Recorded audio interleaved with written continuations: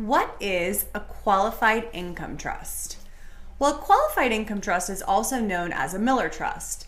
The sole purpose for utilizing a qualified income trust would be for qualifying for Medicaid coverage for skilled nursing care. Does everybody need a qualified income trust, also known as a Miller Trust, in order to be eligible for Medicaid coverage for skilled nursing care? The answer to that question is no. The only reason that one would need to employ a qualified income trust would be in the event that the individual who is applying for Medicaid coverage's monthly gross income is over the allowable threshold with respect to that program. So what is the allowable threshold?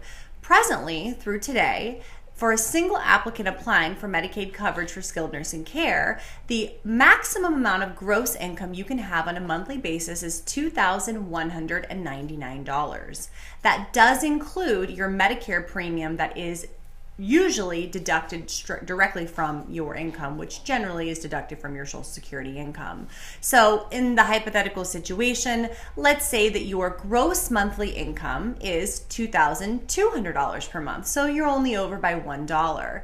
Even in that situation, you would still need a qualified income trust to be set up in order to be qualified for Medicaid coverage for skilled nursing care. Essentially, what this special type of trust does is it diverts that excess income that you receive on a monthly basis to the trust. Now, where does that excess income go? Well, that excess income will build up on a monthly basis within the actual trust account.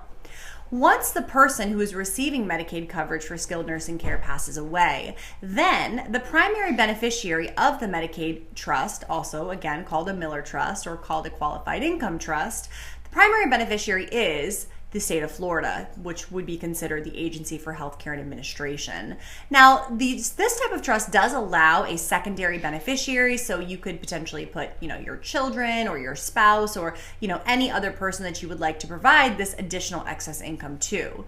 The problem is, from a practical standpoint, generally speaking, the amount that Medicaid has paid far supersedes the amount that's able to accumulate within the Medicaid trust.